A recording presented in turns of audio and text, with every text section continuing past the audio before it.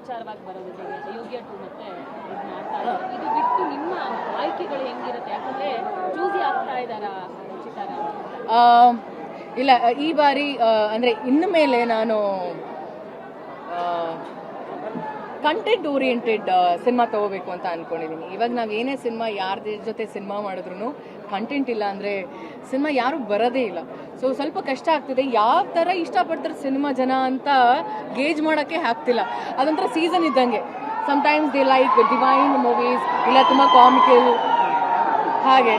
So ನಾನು content oriented and character ತುಂಬ special ಆಗಿದ್ದು, ತುಂಬ ಪರ್ಫಾರ್ಮ್ ಮಾಡುವಂಥ ಪಾತ್ರ ಇದ್ರೆ ಎಸ್ ಐ ಟೇಕ್. ಈಗ ಕಂಕಣ ಕೂಡಿ ಬಂದ್ರೆ ಮದ್ವೆ ಆಗ್ಲೇಬೇಕು ಅಂತ ಹೇಳ್ತಾರೆ.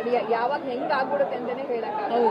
ಇವಾಗ ದರ್ಶನ್ ಸರ್ ಅಂದಿದ್ದಾರೆ, ಒಂದ್ ವೇಳೆ ಇಮಿಡಿಯೇಟ್ ಫಿಕ್ಸ್ ಆಯ್ತು ಅವಾಗ ನಿಮ್ಮ ಅಂದ್ರೆ ಅವರು ಬರ್ಬೇಕನ್ನೋ ಆಸೆ ಇರುತ್ತೆ, ನೀವು ಗುರುಗಳು ಅಂತ ಹೇಳ್ತೀವಿ. ಹೌದು, 100%. ಆ ಸಂದರ್ಭದಲ್ಲಿ ಕೂಡ್ ಬಂತು ಫಿಕ್ಸ್ ಆಯ್ತು ಅಂತಂದ್ರೆ ನಿಮ್ಮ ನಿರ್ಧಾರ ಹೇಗಿರುತ್ತೆ? ಒಂದು ಮಾತು ಹೇಳಕ್ ಇಷ್ಟಪಡ್ತೀನಿ. ಟೈಮ್ ಯಾವಾಗ ಹೆಂಗೆ, ಅದು ಬ್ಯಾಡ್ ಟೈಮ್ ಆಗಿರ್ಬೋದು, ಗುಡ್ ಟೈಮ್ ಆಗಿರ್ಬೋದು, ನಮ್ಮ ಕೈಲಂತೂ ಇಲ್ಲ. ಆ್ಯಂಡ್ ಹುಟ್ಟೋದು ಇಲ್ಲ, ಹುಟ್ಟು ಸಾವು ಇಲ್ಲ, ಮದುವೆ ಇಲ್ಲ, ನಾಮಕರಣ, ಇನ್ನೊಂದು ಮತ್ತೊಂದು, ಅದು ಅಷ್ಟೇ. It is all time. ನನಗೆ ಕಂಕಣ ಭಾಗ್ಯ ಯಾವಾಗ ಬರುತ್ತೋ ನನಗೂ ಗೊತ್ತಿಲ್ಲ. But as I told you, very soon 100% ನಾನು ಮದುವೆ ಆಗಬೇಕು ಅಂತ ಇರೋಳು. ನೋಡೋಣ, ಗಾಡ್ಸ್ ಗ್ರೇಸ್, ಅವನ ನಿರ್ಧಾರ.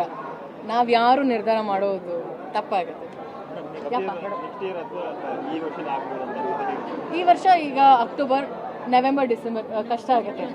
ಇಲ್ಲ, ಈ 2 ಮಂತ್ಸಲ್ಲಿ ಇಲ್ಲ 100%, ಸತ್ಯವಾಗ್ಲೂ ಹೇಳ್ತೀನಿ ಯಶೋದ, ಇಲ್ಲ ಸತ್ಯವಾಗ್ಲೂ ಇಲ್ಲ. ಸಿಕ್ಕಿದಾಗ ನನ್ನಷ್ಟು ಖುಷಿಯಾಗಿ ನಿಮ್ಮ ಎಲ್ಲರ ಹತ್ರನೂ ಹೇಳೋಳು ಇನ್ಯಾರೂ ಇರಲ್ಲ. ಹಾನೆಸ್ಟ್ಲಿ ಹೇಳ್ತೀನಿ, I will be the first person to reveal. And ನನ್ನ ಮದುವೆ ಅದು. ಯಾ